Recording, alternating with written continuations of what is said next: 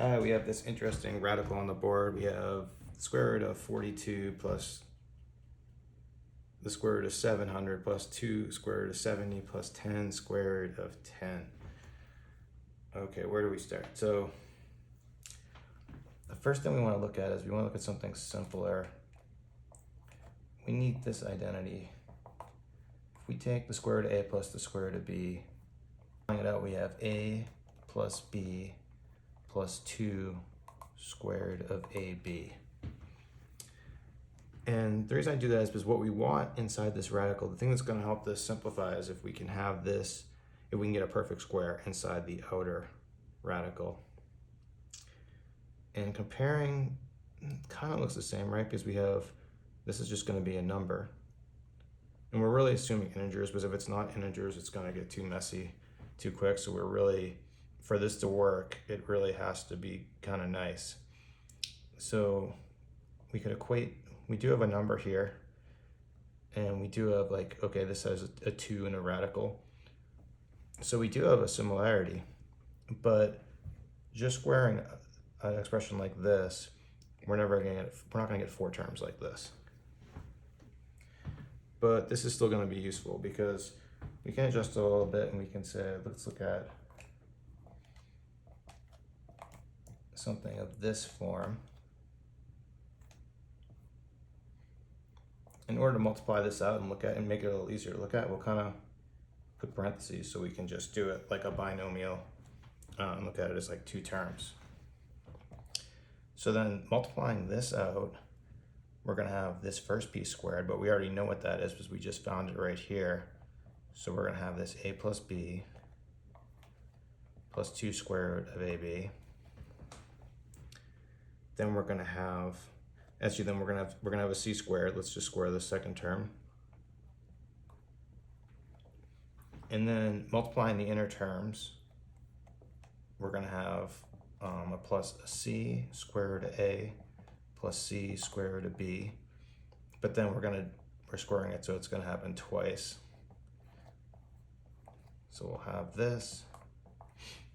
Let's separate the numbers from the radical terms. So we're going to have a plus b plus c squared plus 2c square root of a. We get 2 of each of these plus 2c square root of b plus 2ab. Okay, so this is kind of our big formula. And now what you can see is this is actually starting to look a lot like what we have up here in our radical, right? Like a plus b plus c squared, we can equate that to 42. We do have 3 radical terms and 3 radical terms. Another thing to notice is everything's got an even coefficient, everything has a 2.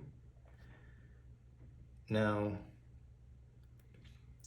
just know that that can be manipulated too, like just because this square root of 7 doesn't have a coefficient, we can make a coefficient. So what we want to try to do is get this to line up just a little bit better to this, and then we can write this as we can write our radical as a perfect square.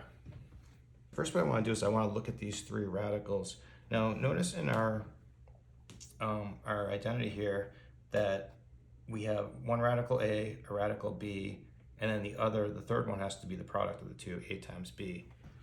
So we actually have that here. If we said a is 70, let's say, and b is 10, then ab is 700. So that actually works, but the problem is we need a 2 here on this term. And if we do that, we're going to ruin our 700. So this is actually not going to work. The other thing we'll notice is on our, first instance, the a radical and the b radical, they are going to have the same, we want them to have the same coefficient. So let's do something here. Let's take a look at square root of 700. And we can rewrite that as 7 times 100. And then separate it. But we know the square root of 100 is just 10, so we can rewrite this as 10 square root of 7. But by doing that now, we'll notice that we already have a 10 on there, so we can rewrite this whole thing. Let's rewrite it 42 plus 10 square root of 7. I'm going to group our 10 square root of 10 and plus 2 square root of 70. And what you'll notice now is that we have like A, B, okay, 7 and 10, but 8 times B is 70. So we have that making sense. We have this property, we have a 2 on the coefficient on our last radical here. We have this coefficient can be written as 2 times 5, 2 times 5. So it matches here, and that means that we have our C is going to be 5. So I think what I'm going to do, let me clean up the board and then we can finish this problem off. So in the last board, what we did is we manipulated our radical to get it to match the form that we wanted in this, because we know that this equation is actually going to be the same thing as the square root of A plus the square root of B plus C all squared, because we want to turn this into a perfect square. Now, but here we found our value for A, we found our value for B, we found our value for C. The only thing, we didn't really confirm that 42 makes sense, so let's just check that. We want A plus B plus C squared to be equal to 42. So we have our A is going to be, our A is 7, B is 10, and C is 5 squared. So that's 25 plus 17, and yes, that does equal 42. So then I think we have everything we need to rewrite it into this form now. We have our A, B, and C, so we can say that this is going to be the same thing under the radical as square root of 7 plus square root of 10 plus 5 squared. But again, it's all under a radical, so we can essentially cancel. This gets a little more, if there's any chance this is negative, you have to consider that, but this is always going to be positive, clearly. So we end up for our answer, square root of 7 plus square root of 10 plus 5.